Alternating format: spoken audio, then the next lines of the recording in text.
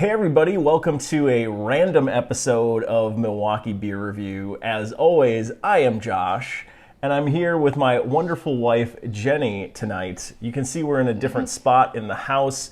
What we've got on tap here is some beer from a little brewery called Montello Brewing Company.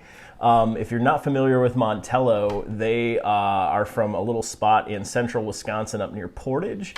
A little bit of a lesser known area, but my parents happened to come into town today, my dad and my stepmom, and to meet our baby daughter, and they brought some beer from this place. And this is not going to last, right? No. Until our next Milwaukee Beer Review video. The next time we can record, So we figured, hey, let's casually throw this up there. They have got some stuff out on Untappd, so they've got a few of their beers out there that I saw some reviews on, but not a lot of reviews, and I don't think they're very well known. They don't distribute, and it's probably pretty hard to get some of this stuff just based on their location. So we're just going to give a couple of these beers a try and let everybody know what we think in kind of this new random format that we're doing here. So without further ado, let's bust these open. So this first one here is called the Weed Cutter Wheat. And if you're not familiar with kind of this area of the state, it's kind of old farm, old school part of the state. So some of these names really make sense when it comes to that. My family owns property up there, old farmland, stuff like that. So we're going to try this Weed Cutter Wheat. And so based on their little description, we got a little description piece of paper here of what these beers are. The Weed Cutter Wheat is a summer brew named after the ever-growing vegetation that grows on Buffalo Lake. And if you're not familiar with Buffalo Lake, there's a ton of weeds, growth, overgrowth on that lake that has to get cleaned out every year. So it's named after the machines that work so hard to clean it.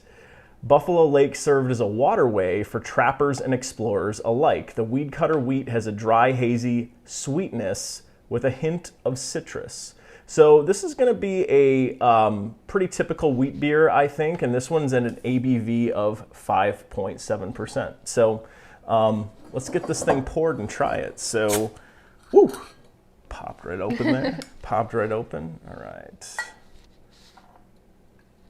Pour a little bit in the glass here. Comes out pretty clear. Yeah, really light for a wheat beer. This one's a Pilsner, and I'm surprised that this one, I would have thought that they'd be reversed. Yeah, pretty in their color. Pretty light. Almost looks lager-esque, but it's probably, I'm gonna guess, similar to a blonde, just based on the description, with a little bit of a citrus note to it. So let's get a little nose on this thing. Really light. Little nose. Oh. Little nose first. Come on. Smells like a blonde. I mean, pretty standard wheat. There's a little lemon. Do you get that? A little bit banana, cloves, maybe. It smells really light too. It does. Not heavily carbonated. But yeah, I'm definitely getting that clove flavor, almost a little closer to like a Hefeweizen. Let's give it a shot. All right. Cheers, lady.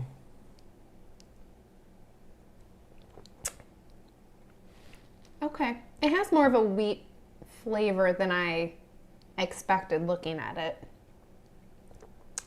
Yeah. It's really solid. Yeah. The lemon flavor is there. It's definitely got that wheat characteristic to it. You can tell just from the grain bill on this, it definitely has those wheat characteristics. Based on how thin it appears, I didn't expect a ton of flavor on this, but I'm shocked at how much flavor there is. I'm getting a lot more flavor on this than I had even anticipated. So, and it's really thin at the front end, but then the wheat flavor kind of comes in at the back end. And like at first it tastes almost like that Great Dane wheat beer, but without the banana. Yep. But it gets heavier as you drink it. I'm really impressed by this. I feel like the smaller breweries either don't do a lot of wheats or don't do a lot of great wheat beers, which is my favorite type of beer, and this is surprisingly solid.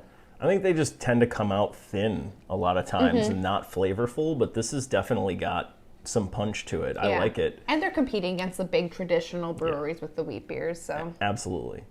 Yeah, no, I really like this. If I'm putting this in Untappd, I'm probably putting it in there around a 4. I mean, out of wheat beers, you know, in that category, I think this is up there. I mean, this is really solid. Yeah, that's exactly what I was going to say. This is super solid wheat beer. Definitely exceeds my expectations.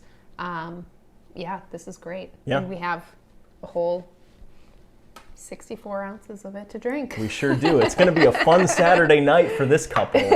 What do we got next here? So we've got the Old Packwaukee. Now, Packwaukee is a tiny little town outside of Montello. That's actually where my dad and my stepmom live, is actually technically in Packwaukee. And we actually own about 120 acres of old farmland out there, too.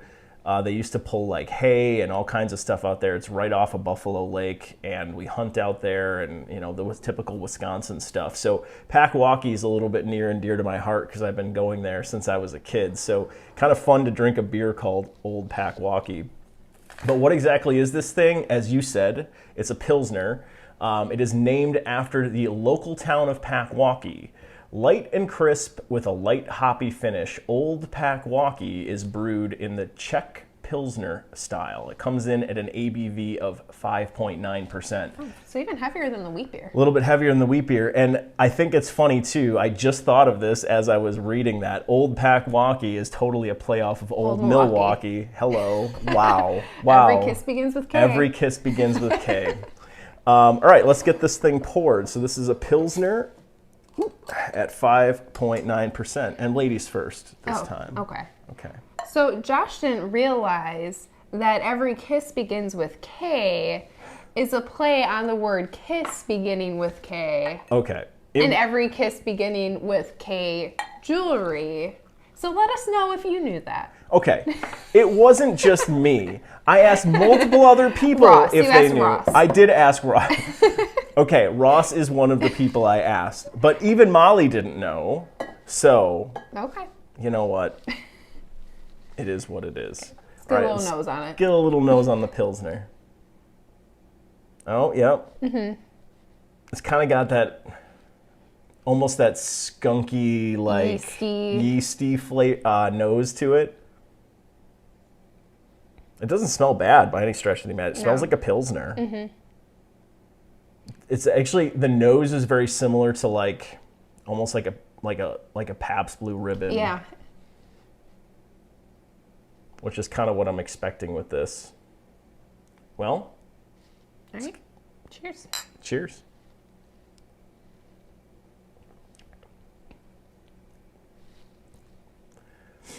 That's a good Pilsner. I mean, I have to say, I am absolutely shocked. I was going into these first couple like, I'm going to temper my expectations a little bit with how small they are. This is really good. Like, it's flavorful. It's, I mean, do not compare this to a Pabst Blue Ribbon like I just did right before I tried it, because it is nothing like that. No. I mean, it is very flavorful. There's like a little bit of a fruitiness to it almost. Yeah, a little. I'd say a little, not quite citrus. I don't know how, I can't really place it. Like, a little citrus, but not like lemon. Yeah. You might be getting still a little bit of that from the wheat, but I know what you're talking about. There's not a lot on the front end of it, taking another sip, but out the back end of the beer, it's very, very solid. Like, there's just a crispness to it. There's not a lot of bitterness, but there is a hop character to the back end of it, too. I think it's like kind of like a fruity hops flavor that I'm getting more than anything. I think that's what it is. That's tasty. My first sip, I wasn't a big fan, but the more I drink it, the more I like it. Yeah. I mean, of all the beer styles, like Pilsners, light lagers are not really my thing, even though they're super traditional. But I'm going to probably put this beer at around a 3.75, which is a really, really good score. Especially for a Pilsner. We haven't reviewed a Pilsner on this channel. I think it's pretty solid, though, in my opinion. So I'd put a 3.75.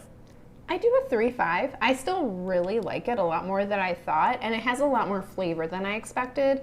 Probably wouldn't be a go-to for me, but I definitely enjoy it. So I'd say 3.5 for me. Yeah. Good scores.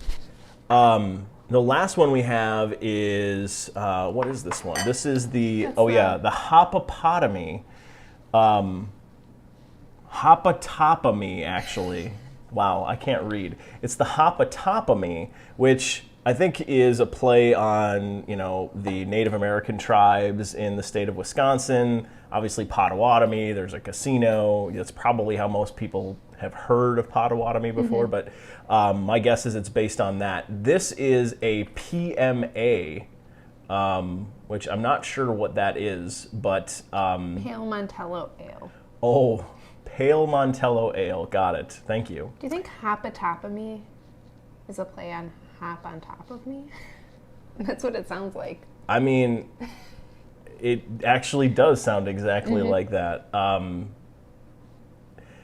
I'm not even going to say what I was just thinking. This beer is the Montello variation on an APA, which is an American Pale Ale, named for its hops, some of which are procured locally. So interesting, some locally grown hops in Montello. This Pale Montello Ale is subtly complex with a full-bodied caramel malt flavor and a mildly hoppy finish. This is actually the lowest ABV of the three at 5.4%. But you can definitely tell there's caramel malt in this based on the color. It's a lot darker than I expected. This dark coloration. So let's crack this thing open and give it a shot. Again, this is the Hoppatopamie. That's hard to say. Hoppatopamie. All right, let's get this thing poured. Looks good. Decent amount of carbonation on that. About a finger's worth ahead, even in these tiny little glasses. Shout out to Geneva Lakes Brewing Company, another small little brewery that we hit up, I don't know how many years ago now. A time ago. All right, let's cap this thing off. And let's get a little nose on it.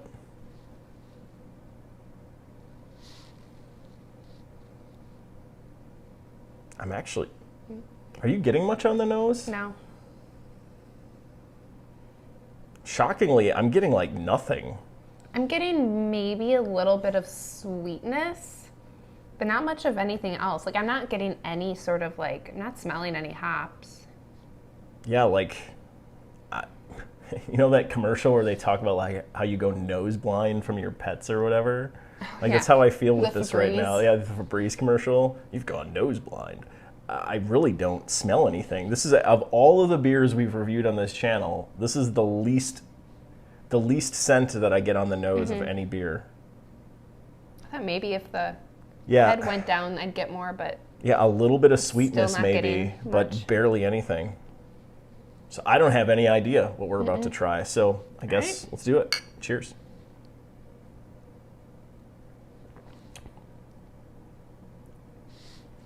Okay.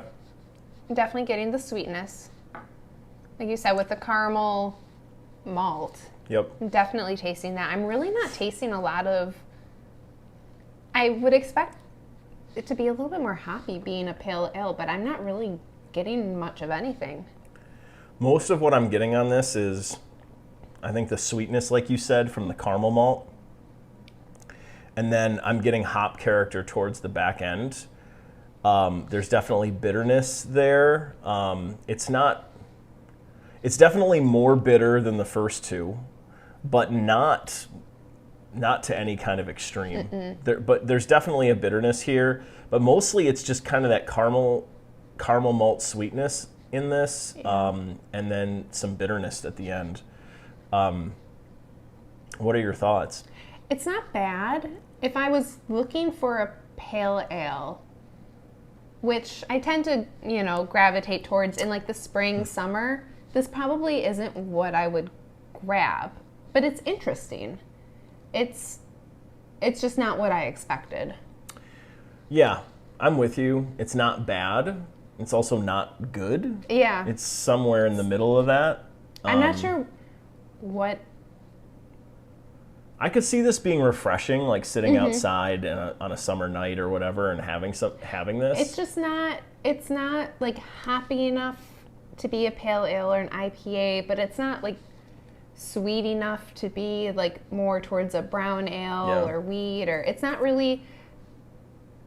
It's not enough of one thing to make it worth it to me, I think. Yeah, I'm gonna give this thing a 2.5, just based on drinkability alone. It's very drinkable, but from a flavor profile perspective, I could take this or leave it. Yeah, I'd say 2.75 for me. It's light enough that it's still a very drinkable beer, and it doesn't have any like off flavors. I do kind of like the sweetness, but it's just not really, I think, what I would ever be in the mood for. Yeah. I think by far the wheat beer the wheat beer is solid. I would definitely drink the wheat beer. It's really good, again. and so is the Pilsner. Like, they're both really, really solid. So, well done. I mean, 2 out of 3 Montello Brewing Company. Well done. Really, really like this stuff. The APA here, it's fine. I'd love to try some of the other stuff. The porter sounds amazing. Yeah, they have a vanilla porter that sounds really good. So we'll have to get up in the area, come up and visit the parents, and take a little trip in and snag some more stuff from you guys. But really, really good stuff. This is just fun. Saturday night, we had nothing else going on here. The kiddo's asleep, and we figured, hey, we've got this stuff. It's not going to make it to another video, so let's showcase it. And it's another great Wisconsin brewery that you can check out here in the States. So thanks for watching, everybody. Check out our social media channels. We're on Untappd, YouTube, Facebook, Twitter, Instagram, all of those places. So check us out there, and we'll see you in an upcoming episode. Thanks for watching.